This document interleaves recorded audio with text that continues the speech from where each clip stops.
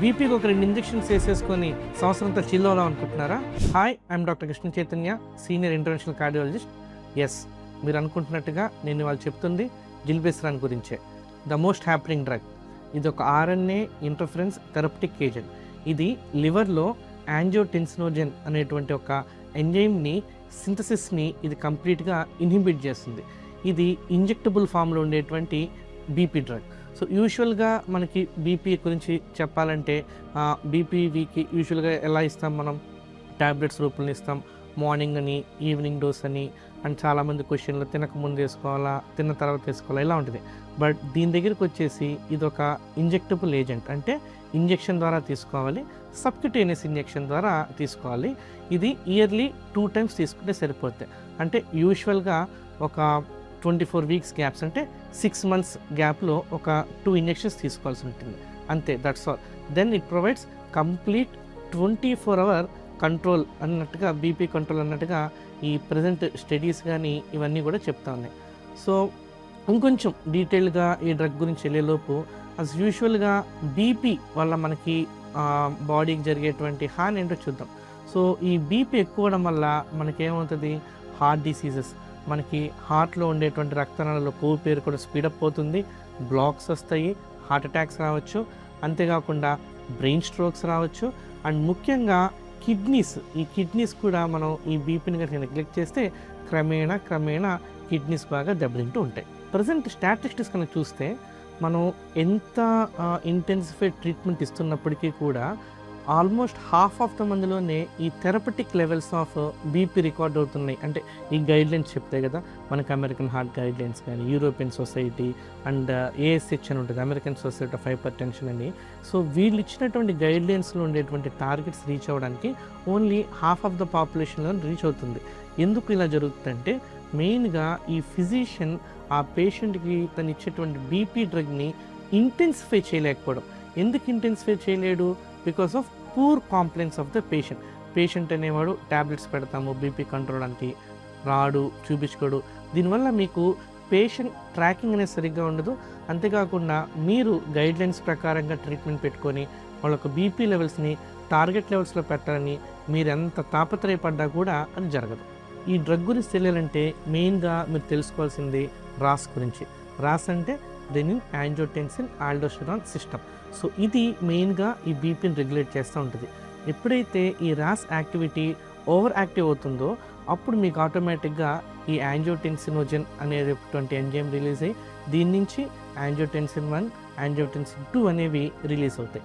So ఈ angiotensin 1, angiotensin 2 ద్వారా మీ యొక్క బ్లడ్ వెజల్స్ కన్స్ట్రిక్ట్ అవుతాయి. సో కన్స్ట్రిక్ట్ అవ్వడం వల్ల మీకు వాటి యొక్క ఎలాస్టిసిటీ, అంతేకాకుండా అవి బాగా హార్డ్గా అవుతాయి. దాని మూలన ఈ బీపీ స్పైక్ వస్తుంటుంది. సో ఇక్కడ మనకి ఈ మార్కెట్లో యూజువల్గా మనం ప్రిస్క్రైబ్ చేసేటువంటి బీపీ ట్యాబ్లెట్స్కి వచ్చేసరికి కొన్ని బీపీ ట్యాబ్లెట్స్ యాంజియోటెన్సిన్ 1ని ఇన్హిబిట్ చేస్తాయి, అండ్ కొన్ని పొటెంట్ ఉండేవి యాంజియోటెన్సిన్ 2ని ఇన్హిబిట్ చేస్తాయి. బట్ ఇక్కడ మనం ఈ డ్రగ్ దగ్గరికి వచ్చేసరికి ఏంటంటే, ఇది మెయిన్గా లివర్లో ఎక్కడైతే యాంజియోటెన్సినోజెన్ ప్రొడ్యూస్ అవుతుందో ఫస్ట్ స్టెప్ దగ్గరే దీన్ని కంట్రోల్ చేస్తుంది మన యొక్క zilebesiran. So that is why దీనికి అంత ఇంపార్టెన్స్ వచ్చింది. అంతేకాకుండా మెయిన్గా దీని యొక్క injectable form. So this is the most happening drug. And present ఇది phase 2 ట్రయల్లోనే ఉంది, ఇంకా phase 3 ట్రయల్లోకి రావాలి.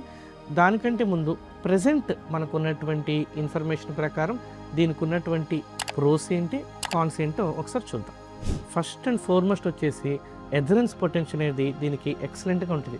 ఎందుకు ఎథరెన్స్ పొటెన్షియల్ ఎక్సలెంట్గా ఉంటుందంటే, సింపుల్, ఇందాక నేను మీకు చెప్పినట్టుగానే ఈ పేషెంట్ మెయిన్గా మనం ఫేస్ చేసేటువంటి ప్రాబ్లం ఏంటంటే కాంప్లయన్స్ టు ద డ్రగ్స్. అంటే డ్రగ్స్ని సరిగ్గా వేసుకోకపోవడం, ఒక్కోసారి పొద్దున్న వేసుకోవాల్సింది మిస్ చేయడం, ఈవినింగ్ వేసుకోవడం మిస్ చేయడం.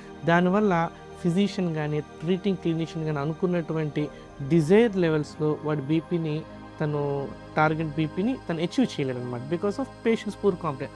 సో ఎప్పుడైతే ఇయర్లీ 2 ఇంజెక్షన్స్ 6 months గ్యాప్లో ఈజీ, మీకు కాంప్లైన్స్ మెయింటైన్ చేయడానికి ఉంది, గుర్తుపెట్టడానికి ఏముంది, ఒక 6 months ముందు ఒక ఇంజెక్షన్ వేసుకుంటే 6 months తర్వాత ఒక injection, that's all. So patient compliance అనేది మెయింటైన్ అవుతుంది. అతను కనుక ఈ డోసెస్ కరెక్ట్గా తీసేసుకుంటే ఆటోమేటిక్గా బీపీ కూడా కంట్రోల్లోకి వచ్చేస్తుంది. అండ్ నెక్స్ట్ కామన్గా ఫేస్ అయ్యేటువంటి ప్రాబ్లం ఏంటి మనం ఈ ట్యాబ్లెట్స్ ద్వారా అంటే 24 అవర్ కంట్రోల్. ఈ 24 కంట్రోల్ అనేది దీనివల్ల మెరుగ్గా ఉంటుంది అంటున్నారు. అండ్ ముఖ్యంగా ఈ నాక్టర్నల్ బీపీ అనేది చాలా నోటోరియస్. ఎందుకంటే ఈ నాక్టర్నల్ బీపీ వల్ల అండ్ ఎర్లీ మార్నింగ్ స్పైక్స్ వల్ల ఏమవుద్దంటే చాలామందికి ఎర్లీ మార్నింగే ఈ హార్ట్ అటాకులు రావడం, బీపీ స్ట్రోక్స్ రావడం ఇట్లాంటివన్నీ జరుగుతూ ఉంటాయి. సో ఎప్పుడైతే ఈ నాక్టర్నల్ బీపీ కంట్రోల్ అనేది ఎఫెక్టివ్గా ఉంటుందో ఇట్లాంటి స్ట్రోక్స్ కూడా మనకి రావడానికి ఛాన్సెస్ ఆటోమేటిక్గా తగ్గుతూ ఉంటాయి. అండ్ ప్రజెంట్ ఉన్నటువంటి డేటా ద్వారా వీటికి ఉన్నటువంటి డిసడ్వాంటేజ్ ఏంటంటే ఇది లాంగ్ డ్యూరేషన్లో పనిచేస్తుంది. ఎందుకు 6 మంత్స్కి ఒకసారి ఇస్తాం కాబట్టి ఆటోమేటిక్గా ఇది లాంగ్ డ్యూరేషన్లోనే పనిచేస్తాయి. సో లాంగ్ డ్యూరేషన్లో పనిచేసేటప్పుడు మీకు దీనివల్ల వచ్చేటువంటి డిసడ్వాంటేజెస్ ఏంటి అనే మెయిన్గా చూస్తే, సపోర్ట్ పేషెంట్కి కనుక ఈ డ్రగ్స్ తీసుకోవడం వల్ల బీపీ ఫాల్ అయింది, హైపోటెన్షన్ వచ్చింది, లేదంటే కామన్ సైడ్ ఎఫెక్ట్స్ మనం చూస్తూ ఉంటాం, పొటాషియం లెవెల్స్ పెరగడం కానీ, హైపర్కెలీమియా అంటారు, అండ్ కిడ్నీ ఫంక్షన్ తగ్గడం కానీ ఇట్లాంటివి యూజువల్గా మనం బీపీ ట్యాబ్లెట్స్ ఓవర్ డోస్ అవ్వడం వల్ల వచ్చినాయి ఏంటంటే ఒక 24 to 48 అవర్స్లో ఆ ట్యాబ్లెట్ ఆపేయడం వల్ల ఆటోమేటిక్గా మళ్ళీ రివర్స్ అయిపోతాయి. బట్ ఈ ఇంజెక్టబుల్ ఫామ్ దగ్గరికి వచ్చేసరికి ఇది లాంగ్ డ్యూరేషన్ పనిచేస్తుంది కాబట్టి అసలు ఇది రివర్స్ అవ్వడానికి ఎన్ని రోజులు పడుతుంది అనేది ఒక చిన్న క్వశ్చన్గా మిగిలిపోతూ ఉంది. సో దీని గురించి మనకు డేటా కరెక్ట్గా రావాలి. సపోజ్ ఒక కాంప్లికేషన్ వచ్చినా కూడా అది రివర్స్ అవ్వడానికి ఎన్ని రోజులు పడుతుంది అనేది చూసుకోవాలి ఒకసారి ఈ డ్రగ్ గురించి. అది మనకి phase 3 ట్రయల్ వెళ్ళే వరకు కూడా మనకి క్లియర్గా తెలియదు. మోర్టాలిటీ బెనిఫిట్ అంటే ప్రతి డ్రగ్కి కూడా యూజువల్గా హైపర్టెన్సివ్స్ వాటన్నిటి కూడా మోర్టాలిటీ బెనిఫిట్ చూస్తాం. సపోజ్ ఇప్పుడు మనం ఒక బీపీ ట్యాబ్లెట్ మెటోప్రొలాల్ తీసుకున్నామంటే ఈ మెటోప్రొలాల్ అనేది బీపీ తగ్గిస్తుంది, అంతేకాకుండా మీ యొక్క మోర్టాలిటీ బెనిఫిట్ అంటే ఫ్యూచర్లో హార్ట్ అటాక్స్ రాకుండా ఆ రకంగా కూడా దీనివల్ల కొద్దిగా బెనిఫిట్ ఉంటుంది. బట్ ఈ డ్రగ్ వరకు చూసినట్టయితే ప్రజెంట్ ఉన్నటువంటి డేటా ప్రకారం ఇది బీపీని అయితే ఖచ్చితంగా తగ్గిస్తుంది. ఆల్మోస్ట్ ఒక 10 to 20 millimeters ఆఫ్ మెర్క్యూరీ వరకు తగ్గిస్తాయి. కానీ ఆ మోర్టాలిటీ బెనిఫిట్ అనేది దీని ద్వారా ఎంత ఉంది అనేది మనకి ఇంకా డేటా కరెక్ట్గా లేదు. అండ్ ముఖ్యంగా అన్నిటికంటే ముఖ్యమైన మన ఇండియన్స్కి కాస్ట్ పరంగా చూస్తే నేను ఫస్టే చెప్పాను, ఇది ఒక RNA ఇంటర్ఫరెన్స్ థెరపటిక్ ఏజెంట్. ఇవి యూజువల్గా చాలా కాస్ట్లీ ఉంటాయి, మీకు అంత పాకెట్ ఫ్రెండ్లీగా ఉండవు. సో ఇది మార్కెట్లోకి వచ్చినా కూడా అందరికీ అంత అందుబాటులో ఉండవు. మేబీ ఓన్లీ ఒక హయ్యర్ క్లాస్ పీపుల్కే ఎఫోర్డబిలిటీ ఇష్యూస్ ఉండడం వల్ల ఒక సెట్ ఆఫ్ పీపులే దీన్ని కొనుక్కోగలరు. అండ్ ఇండియాకి ఎప్పుడు వస్తుంది అంటారా, అది ప్రజెంట్ ఇంకా phase 2 ట్రయల్స్లోనే ఉంది. దీని తర్వాత phase 3 ట్రయల్స్. ఈ phase 3 ట్రయల్స్ ఇవన్నీ అయిపోయిన తర్వాత నెక్స్ట్ యూఎస్ఏలో అక్కడ వాళ్ళు అప్రూవ్ చేసిన తర్వాత అదంతా అయిపోయిన తర్వాత యూఎస్ఎఫ్డి అంటారు కదా, యూఎస్ఎఫ్డి అప్రూవ్ అయిపోయిన తర్వాత నెక్స్ట్ మన ఇండియాకి రారు.